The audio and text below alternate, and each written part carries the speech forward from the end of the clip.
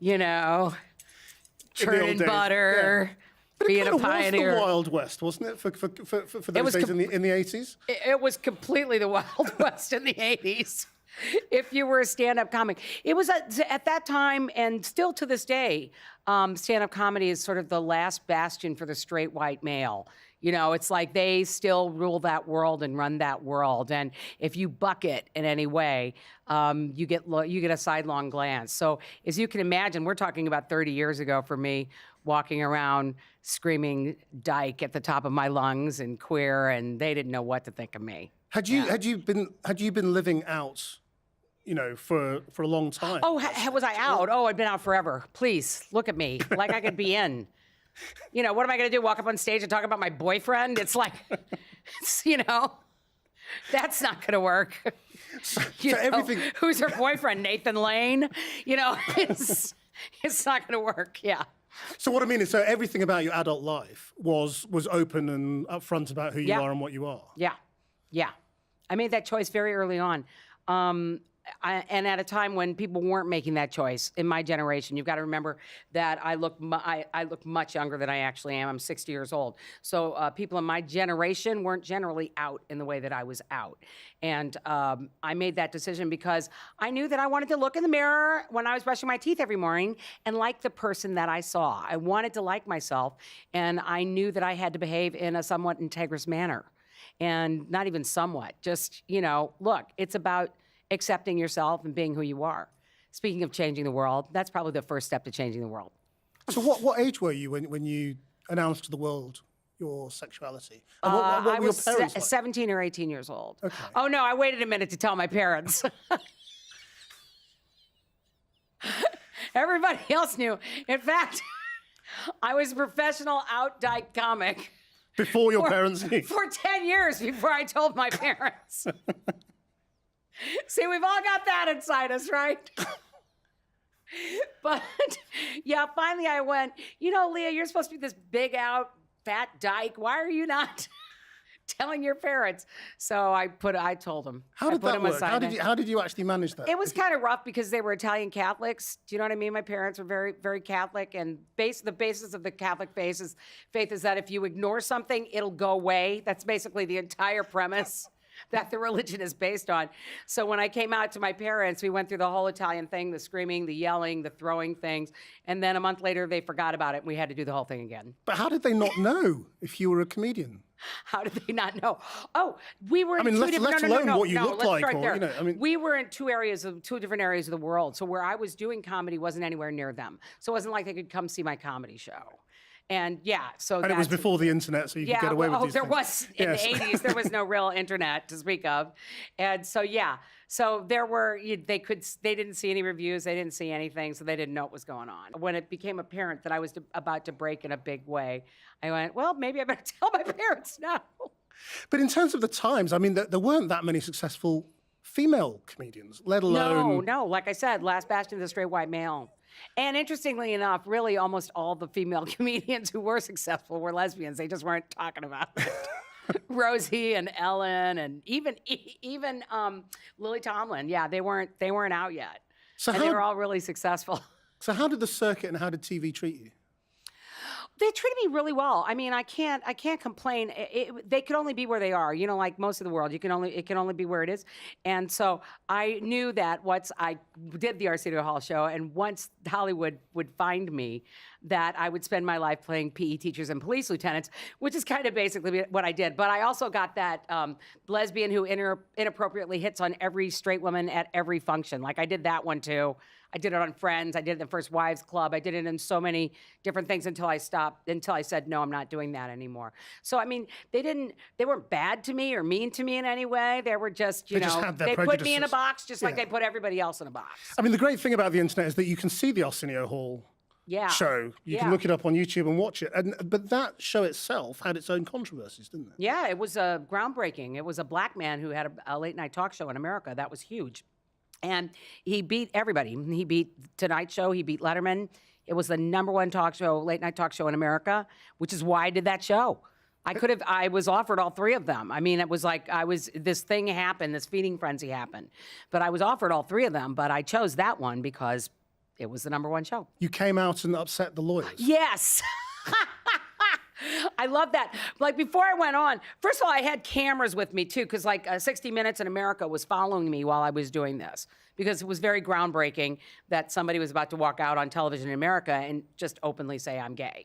You know, it hadn't really been done. So it was really kind of exciting. So that's why 60 Minutes was following me around. So I had the 60 Minute cameras following me. Arsenio came in my dressing room. We kicked the 60 Minutes out. And Arsenio was like, he was very excited that I was doing the show. He was really excited that I chose him. He was just a really lovely man. So he calmed me down. I was nervous. But him coming in and do that, I thought, I'm going to go out there and kill it. And I did. I went out and I killed it. 4.5 minutes set, 5 minutes on the couch. And so 9 minutes in total. And somebody counted, I think it was Out Magazine, that I said the word dyke or fag or queer 47 times in 9 minutes. Which has to be some kind of record, some kind of gay Tourette syndrome record, you know, where you just say dyke every chance you get, right? Could you pass me that? Dyke, water, you know. And so apparently, I did not know this. I was told this later, but apparently once we were done, and it was great. It's really magical television for anybody who watches the whole thing. Arsenio and I just loved each other, and it was all good. The lawyer went in to, censorship lawyer, sat down with Arsenio and said, we can't air this because of the language she used, because I used the words dyke or fag or queer. Yeah. And, well, actually, you can say it. They were censoring me. And that's basically what Arsenio said. If she wants to call herself a dyke, who are we to tell her what she names herself? And he fought for it and got it on. And it changed my life and sort of changed the face of television in a really nice way, too. Why do you like that word? Why do you like owning that word? The word dyke? Yeah, well, you know, it's a basic political tool, you know, when we reclaim language that's used against us negatively and put a positive spin on it. We take away the power from the enemy, don't we? You know, call me a dyke all you want. Oh, is that an insult? Because I am a dyke. You know, really? You know, it's kind of my way of, the easiest way to put this is I'm not gay as in happy, I'm queer as in fuck you. So that's kind of the way I put it. Because the other thing about, you know, identity is, I mean, you've got a tattoo, haven't you? Yeah, it says, yeah, I've got lots of tattoos. Which says Butch. But the one that says Butch, anybody that's seen Orange has seen my tattoo, that's all my ink. So yeah, it says Butch. Why have you got Butch on your arm? Well, I wanted it to say bitch, but it was a mistake. I've got Butch on my arm because I'm a very proud Butch. Also, I think it's really important for Butches to be visible because we live in a world that tries to make us invisible. And even within my own community, so what is they try to put us down. Well, I mean, if you're going to do the textbook definition, a Butch is a woman who has a masculine appearance and dress and manner.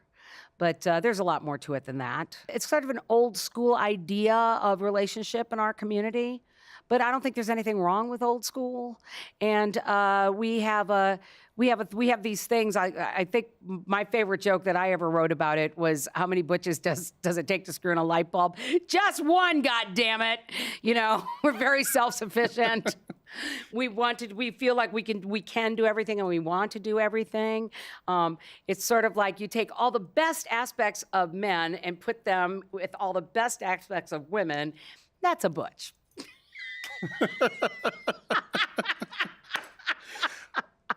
How's that? Yeah, How'd I do? It sounds great. But when you say sort of old school, do you mean sort of, you know, gender roles? Yeah, gender roles within old a relationship. Definitely. But the modern version of us, the modern version of the butches doesn't fall so hard within these quote unquote gender roles, you know, which are often confused with top and bottom. I mean, we live in a very confusing time right now for people. I know it. And I laugh about it all the time, you know, and a lot of that comes down to politically correct language, which is something that, I mean, as an out dyke performer and political activist who's been on the planet for 38 years doing exactly what it is that I do, trust me, I've been involved with politically correct language. So there's a lot going on here where we don't allow people to make mistakes, you know? And we are people, after all. We are human, and therefore we make mistakes. And we are completely and utterly influenced by the society that's around us. So, of course, we're going to make mistakes in any kind of new concept, anything that's new or it's happening out there. So the first thing I want to say to my brothers and sisters out there is take a fucking chill pill already. Take a chill pill. I'm looking right in the camera when I say it. Because I'm not your enemy. If I say something incorrectly, like if I mislabel you or if I use a word that you'll find offensive, obviously I didn't do it to try to trigger you. I get that it triggers you, but how about you get that I'm your family and I'm your friend? So instead of going, eat, immediately, how about going, listen, I didn't like that and this is why. Can you hear that? And I'll go, sure, I'll be careful around you, no problem. Do you know what I mean? We've become a lot less forgiving, haven't we? We're ridiculous. It's not even less forgiving. We're ridiculous. And I blame the alphabet soup on that. I honestly blame ourselves about a lot of that. You know what I mean? Soup. The alphabet soup. The LGBTQ. I can't. Gay, lesbian, bisexual, transgender, transsexual. By the time you're done saying it, the fucking parade's over. You know what I mean? It's like we've got to come up with some better way in which to refer to ourselves. I use the word queer because I think it's all encompassing. And I think the alphabet soup points out our differences instead of our shared oppression. And I think it's part of the reasons why we have become so disenfranchised in our, we just, you know, fractioned off community, factioned off individuals that don't trust each other. And we need to come together as a group. This is how we affect change. Because marginalized groups constantly talk about inclusion, but then exclude every other marginalized group. Yeah. Every other marginalized group. I'll never understand it. And that's an old tool of them, you know, those people that have the power, the people that have the power and the money and the control. That's a tool of theirs. They do that. They put this stuff out in the media and in society so that we start to believe these things about each other. And we find ourselves being racist and homophobic and sexist and all because all these messages are sent our way instead of using our own oppression to think about how other people might be oppressed and then go, wait a minute, why am I pointing my finger at you instead of the powers that be? Well, the powers that be have planned that all along, man. They want us all going, you're bad, you're bad, you're bad. They're bad. And if we all stood together and went, you're bad, it would be a huge change, wouldn't it? So how important is this activism in your comedy? It's very important. It's been my comedy from the beginning. You know what I mean? Again, as a comic, I chose to be an out dyke comic. And there were very few, there were none of us, basically, there was none of us out there. So that was part of my tool is wanting to change the world, right? My first thing, the first reason I did this was because within my own queer community, I saw just a tremendous rift between dykes and fags, like between gays and lesbians. Huge rift. And I just wanted to get us all in a room together, laughing. That's all. I mean, you know, I was 22, so that was, to me, was important, just to get everybody in a room together laughing. And so that was a first step. Now, then I was, again, this was in San Francisco in 1982. So then the AIDS crisis became very real. And then my comedy changed as a result of that. So it was more than just trying to get us together in a room. It was about fighting with the government for our very lives, you know. So that then changed sort of the political bent of what my comedy was. And I was heavily involved in AIDS activism throughout the 80s, you know, through the first part of the 90s when AIDS was just killing us. Just killing us left and right. Have you always been sort of issue political or party political? Well, I would say that I'm issue political if the issues strike me. And since there's a lot here to strike, you know, I would say that, you know, the fact that I'm white is probably the fifth thing you see about me, because you have to get through the fact that I'm a woman, the fact that I'm a lesbian, the fact that I'm a butch lesbian, the fact that I'm fat. Oh, you're also white. So it's like, so I have a lot of issues that do affect me. And so I talk about those. The political activism you're doing right now is Trump-based. Yeah, Trump-based. I think maybe global society-based. I think that you're experiencing that right now with the Brexit that's going on. I see a lot of people out there in the world suddenly referring to themselves as nationalists, which is, you know, I'm pretty sure anybody calls himself a nationalist, that the Mussolini family gets a residual. And Trump is trying to make that a good thing. He's trying to make a nationalist a good thing, you know, instead of, you know, what the fascists that we all know them to be. And do you think they are fascists? Because I did an interview with Michael Moore recently, and he has done this movie portraying Trump as a would-be fascist. Yeah, he's a You fascist. agree with that analysis? Absolutely. I've been portraying him as a fascist and calling him outright a Nazi and all his supporters that. And I've been doing that since he's been elected. You know, I had a very unique thing happen to me when Trump got elected. This is why I know immediately what's going on in some ways, because I have a very personal history with it. After Trump got elected, I put up on my Instagram account the Leonard Bernstein quote, the very famous quote about we shall respond to violence by making art more frequently, beautifully. I'm misquoting, but I think people know this quote. By creating art more frequently, beautifully, and something, you know, was his response. And I put that quote up, and underneath I said, or I could pick up a baseball bat and take out every Republican and independent that I see. An obvious joke, a very obvious joke. Obviously, I'm not planning on picking up a baseball bat. Obvious. I mean, this is all obvious. So this was on a Tuesday, as we know. So that went up on Wednesday. And on Thursday, Fox News took my Instagram story or picture, took it out of context, edited it, put up a headline saying Lea DeLaria threatens to hit Republicans with a baseball bat, puts a bogus story on it, and then leaves it up on their site throughout the weekend. So what happened was everybody with the name DeLaria was suddenly getting phone calls and getting death threats. I was getting death threats. My ex-fiance, we weren't even together anymore, the poor girl. She was looking for a job, so she put her telephone number up, you know, like everybody does now on the internet. So somebody who wasn't current on the gossip of the day that didn't know we had broken up started calling her directly saying, we know where you live and we're gonna come over and beat you up with a baseball bat. I mean, it was pretty bad. We got the hate crimes division. We had to pull in special detectives to get involved to find out that this was coming from the home base of the American Nazi Party. That's where basically all this was coming from. And they had organized to basically harass my family because how dare I speak out against Trump? If that isn't fascism, what is? You know? If you threaten people with physical violence for speaking, what about the pipe bomber? If that isn't fascism, what is sending troops to the border, showing a sign of strength like that 3 days before a national election? What is that? Sounds like fascism to me. Can you fight fascism on Instagram? Of course you That's can. The question. You've got to fight fascism with every level that you've got. You know, people come at me a lot because I am very outspoken. I don't pull any punches. I say what I think. And a lot of people come at me from my side and say, you're spreading hate. That's what they say to me. Yeah, it's me that's spreading hate. I'm the one. That's me. I'm doing that, not the guy that's trying to literally litigate trans people from existence. It's me that's spreading hate. You know, it takes all of us to affect change in any way that we can. I have found in all my years that I've done a lot of good being very rageful, stomping around, screaming, using words like fascist and dyke and fuck.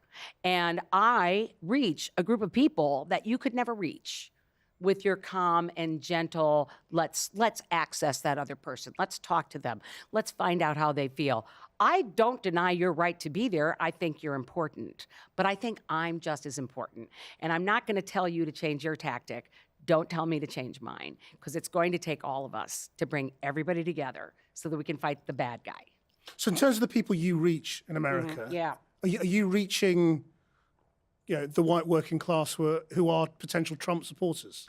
Or are you a metropolitan coastal... I'm not sure that I reach them. I'm thinking no. But I'm thinking that there are a lot of white working class people there that are borderline Trump supporters that might hear some things that I have to say in terms of how they've been put down in the world and might find a kinship with me. And how far are you prepared to go? I mean, if you find that making people laugh. What am I going to put and on the posting- suicide vest? Is that what you're talking about? No. No, but this is the question that you have to ask all artists, don't they? When they say, "Well, I want to fight fascism." Well, how far do you want to fight fascism? I will do it. I will pick up a gun and go into the trenches if that's what I'm asked to do. I mean, I know that sounds really bizarre, but I'm just saying that I've devoted my life to this fight. I've always been right out there saying exactly what I think. So, yeah, I think I will go as far as I need to go to fight fascism. You know, a lot of people got mad at Kathy Griffith because of the decapitated head Trump thing, and I was mad at her for apologizing. And shame on everybody who said that she went too far. What's too far?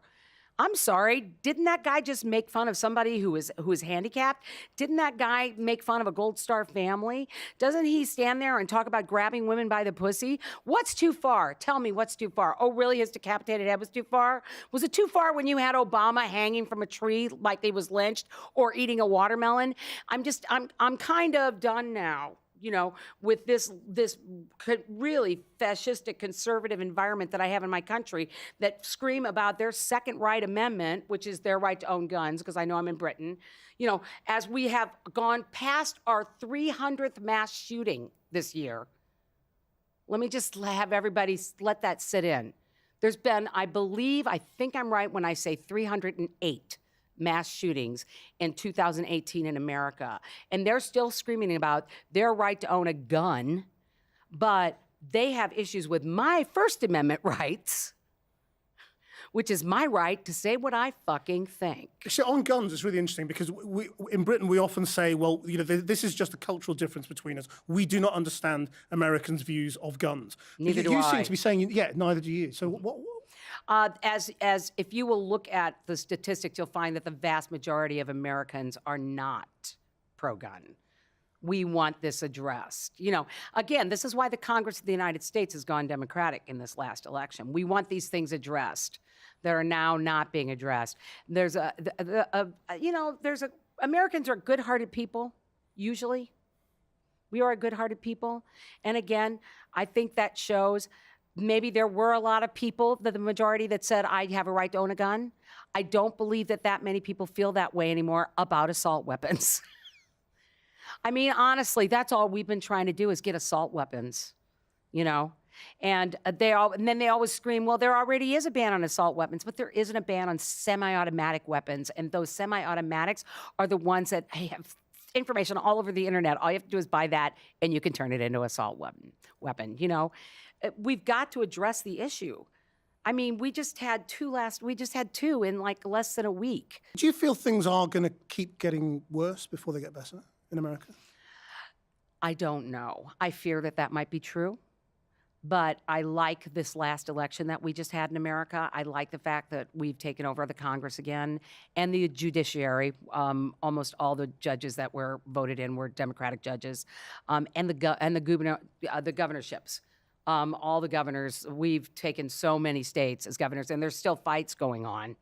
I don't know if people are aware of what's going on with the election in America, but there's 2 states that are still neck and neck fighting over who the governor's going to be. And Trump is, of course, lying, which is his tactic, saying it's us trying to steal the election. Says the guy who didn't get the popular vote in America, by the way, but we're the ones stealing the election. So I see great hope for that. I feel like that's Americans saying enough now. This is too much. We're not doing this anymore. So I'm hoping that will continue over to the next election, and then we'll we'll be president and the Senate, I think. Let's come back to pioneering, if you like. 'Cause Okay. the other pioneering thing you've done is Orange is the New Black. Yeah. And, you know, both in terms of, you know, your character, but that drama as a piece Pioneering. is definitely pioneering. What is it Absolutely. about that drama that is so clever, do you think? I think it comes out of, Because it's more than just women, isn't it? It's sort of, that's a big focus, but it's more than just women. It's also just viewing women the way women actually are, you know, It's like, when was the last time you saw a group of women in anything in the media sitting around at a table talking about something, and it's not about, you know, men or whether or not their ass looks fat in their jeans? You know what I mean? They have a lot more to say. But again, I think that also what was good about Orange was it also gave us the idea of there but for the grace of God, which is something we've all said. We all know that, but don't think about it that often. How many of those women in prison were in prison for something we've all done? You know what I mean? And and that's a kind of the thing about prisons in America and women that are in prison in America. Most of them are drug offenses, and they're not major drug offenses. It's very bizarre. The legalization of marijuana would empty a lot of female prisons in America.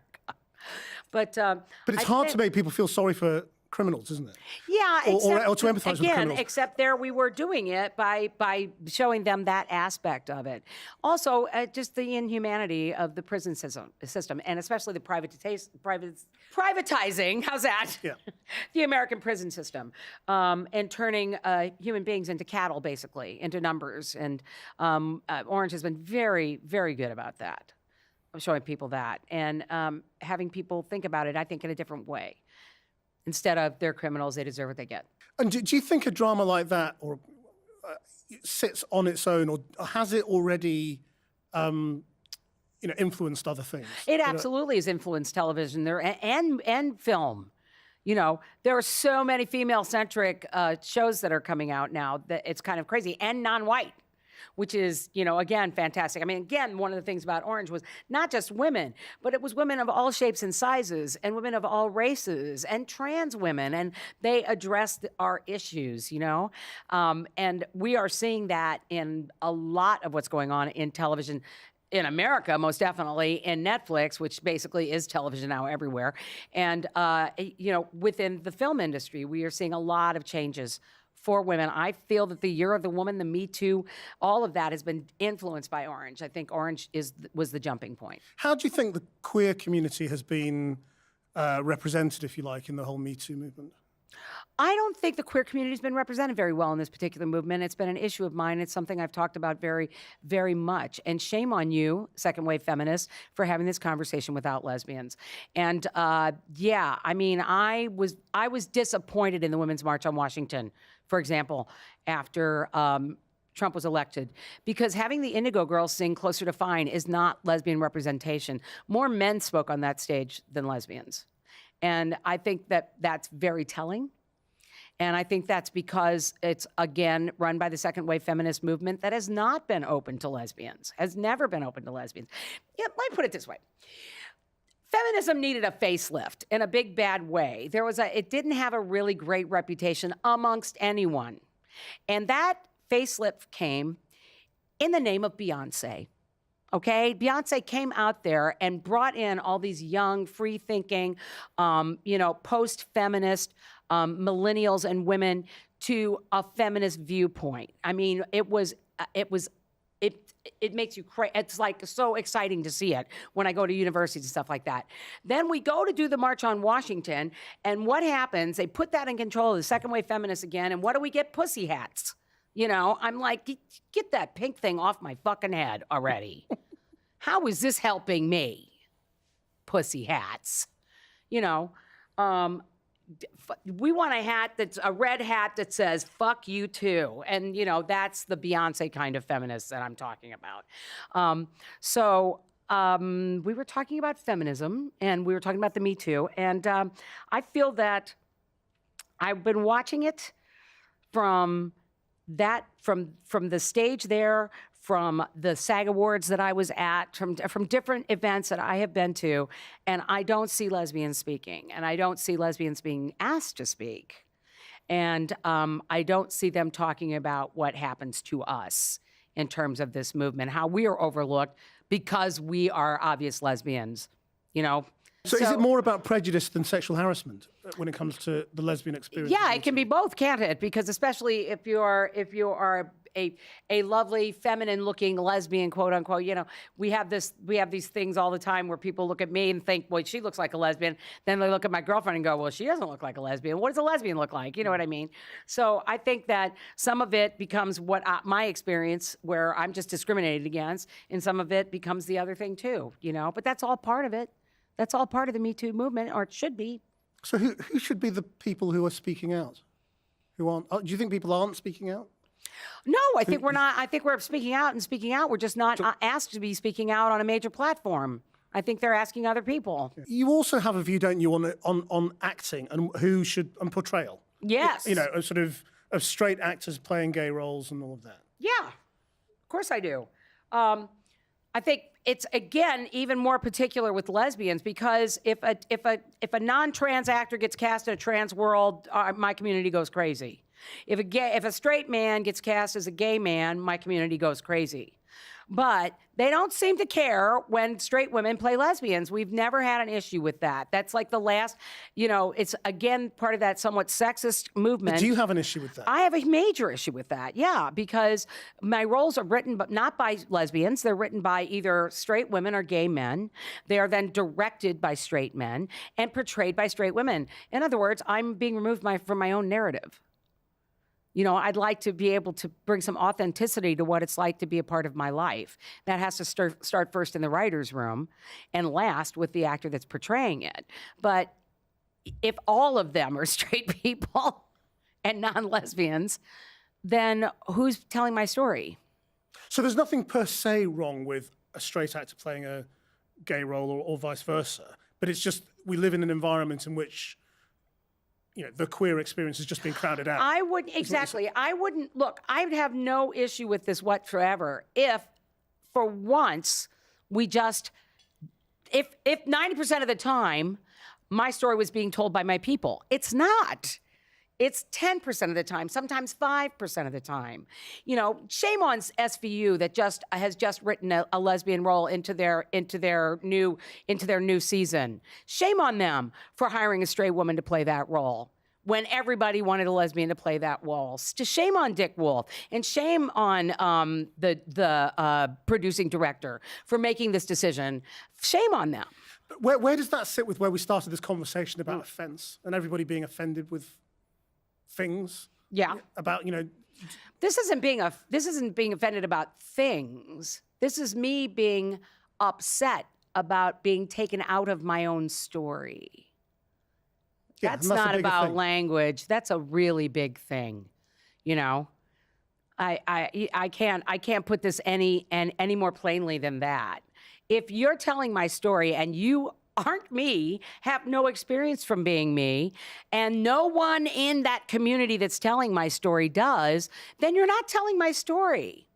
How about having at least a lesbian consultant? If you're going to have military and you got people writing it that aren't in the military, directing it that aren't in the military, that act it that aren't in the military, you got a military consultant. How about a dyke consultant on the set? If you're going to do it, how about a dyke consultant? You're offering yourself. Yeah, hire me.